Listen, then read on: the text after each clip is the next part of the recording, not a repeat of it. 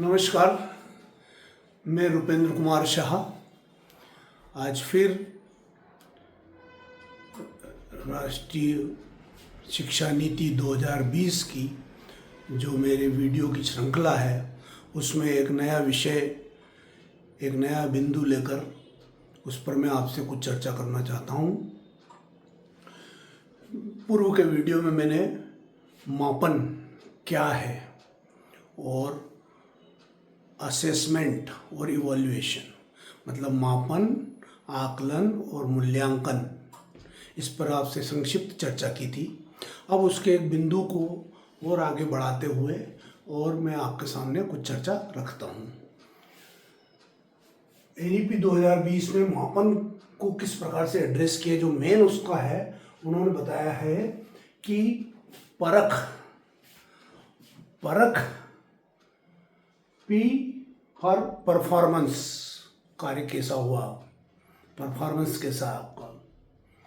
Assessment मतलब आकलन करना, रिव्यू उसको रिव्यू करना, फिर से देखना उस चीज़ों को। एनालिसिस उस जो देखा है, जो हमने किया है उसका विश्लेषण करना नॉलेज के लिए। और होलिस्टिक डेवलपमेंट समग्र विकास के लिए, संपूर्णता में उसके डेवलपमेंट को देखने के लिए, उसके ज्ञान की वृद्धि को देखने के लिए, इन सब बातों को इसको कहा है परख। एक प्रकार से एक सेंटर बनाया है उन्होंने, एक इंटरवेंशन है ये परख, जिससे कि हम उसमें की जाने वाली गतिविधियों का मूल्यांकन करेंगे। उस मूल्यांकन से, उस आकलन से, उस रिव्यू से, उस विश्लेषण से हमको जो हम चाहते हैं अपेक्षित परिणाम, उसको सुधारने में, जो बच्चों में जो लर्निंग आउटकम में डेवलपमेंट होना है वो कितना होना है, कितना हुआ है और क्या कमियां आ रही है, इन सब में हमको उसमें से सहायता मिलती है। परख में जो मुख्य रूप से ध्यान दिया गया वो है दक्षता आधारित आकलन। दक्षता आधारित आकलन क्या उद्देश्य है इसके, कि इस आकलन के लिए, मूल्यांकन के लिए गाइडलाइन बनाना, मानकों को तय करना, सूचक को तय करना, इंडिकेटर्स को तय करना, नॉर्म्स को तय करना, और एक जो स्टैंडिंग ऑपरेशन प्रोसीजर होता है या गाइडलाइन बनाना, एक दिशा निर्देश बनाना, वो करना है। स्टेट अचीवमेंट सर्वे, राज्य स्तर पे जो हमारा अचीवमेंट आ रहा है उसको सर्वे के द्वारा उससे आंकड़े इकट्ठे करना और उनका विश्लेषण करना। नेशनल अचीवमेंट सर्वे, नेशनल स्तर पे एक अचीवमेंट का जो सर्वे करें और उससे भी आंकड़े प्राप्त करके उसका विश्लेषण करके उसमें देखें कि कितना हम चाहते थे, कितना हो पाया, कितना और क्या सुधार की आवश्यकता है, और पता लगे कि हम जिस दिशा में जाना चाहते हैं वहाँ तक पहुँचे कि नहीं। किसी भी प्रोजेक्ट में, किसी भी प्रक्रिया में सबसे इम्पोर्टेंट काम होता है मूल्यांकन करना, आकलन करना। तभी उसमें कुछ सुधार हो सकता है, तभी उसमें जो लोग हम कुछ नया डालना चाहते हैं, कुछ एडिशन करना चाहते हैं, कुछ अल्ट्रेशन करना चाहते हैं, वो इन आंकड़ों की मदद से ही संभव होता है। लर्निंग आउटकम, उपलब्धि स्तर का मॉनिटरिंग करना, अनुवीक्षण करना। जो लर्निंग आउटकम हमने तय किए हैं कि इन विद्यार्थियों में ये लर्निंग आउटकम आना चाहिए, इन लर्निंग आउटकम पे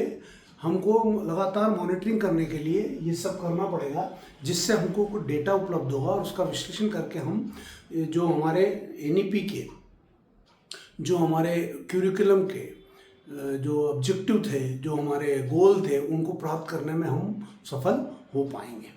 आज मैंने संक्षिप्त में आपसे चर्चा की है ये, तो परख के बारे में दक्षता आधारित आकलन, गाइडलाइन, मानक, एसएएस, एनएएस, इनको धीरे धीरे आने वाले वीडियो में एक एक करके मैं और डिटेल में कि क्या होता है, क्योंकि ये जब सब बातें हम करते हैं तो हमको बातचीत में तो ये बातें सुनते हैं, लेकिन किस तरीके से इसको हम और आगे समझ सकते हैं, ये मेरे विचार के अनुसार बहुत ज़रूरी है कि जो ये पूरा मटेरियल है ये एनईपी की बुकलेट में, एनईपी की पीपीटी में आसानी से उपलब्ध है, हिंदी में, अंग्रेजी में, और बहुत सारे वीडियो उपलब्ध है। लेकिन मैंने जो इसमें ऑब्जेक्टिव बनाया कि मैं आपसे संवाद करूं, और संवाद से क्या होता है कि संप्रेषण होता है मेरी बात का, अब तक मेरे विचार का। इसको आप एक तरफा तो है निश्चित ये, क्योंकि मेरा कोई कनेक्शन आप लोगों से डायरेक्ट हो नहीं पा रहा है, लेकिन इसमें आप ध्यान रखने की बात करिए कि आप इसको पढ़िए, इसको देखिए वीडियो को, इसका मटेरियल पढ़िए और फिर अपने साथी से चर्चा कीजिए। मैं बार बार आप लोगों से जैसा कि एज यूजुअल होता है मैं कहता हूँ कि मेरे यूट्यूब चैनल को आप सब्सक्राइब कर लीजिए। तो उससे क्या होगा कि मेरा उत्साह भी बढ़ेगा और मैं ये कोई मुझे कैरियर भी बनाना है इसमें, लेकिन जो मैं जानता हूँ, जो मैंने पढ़ा है विगत कई सालों के अनुभव से और कई प्रोजेक्ट में काम करने के बाद, तो मैं चाहता हूँ कि जो आने वाले शिक्षक हैं और जो मेरे शिक्षक साथी हैं उनको भी आगे कोई प्रगति करना है, कोई परीक्षा देनी है, तो उसमें भी ये काम आ सकता है। बहुत बहुत धन्यवाद।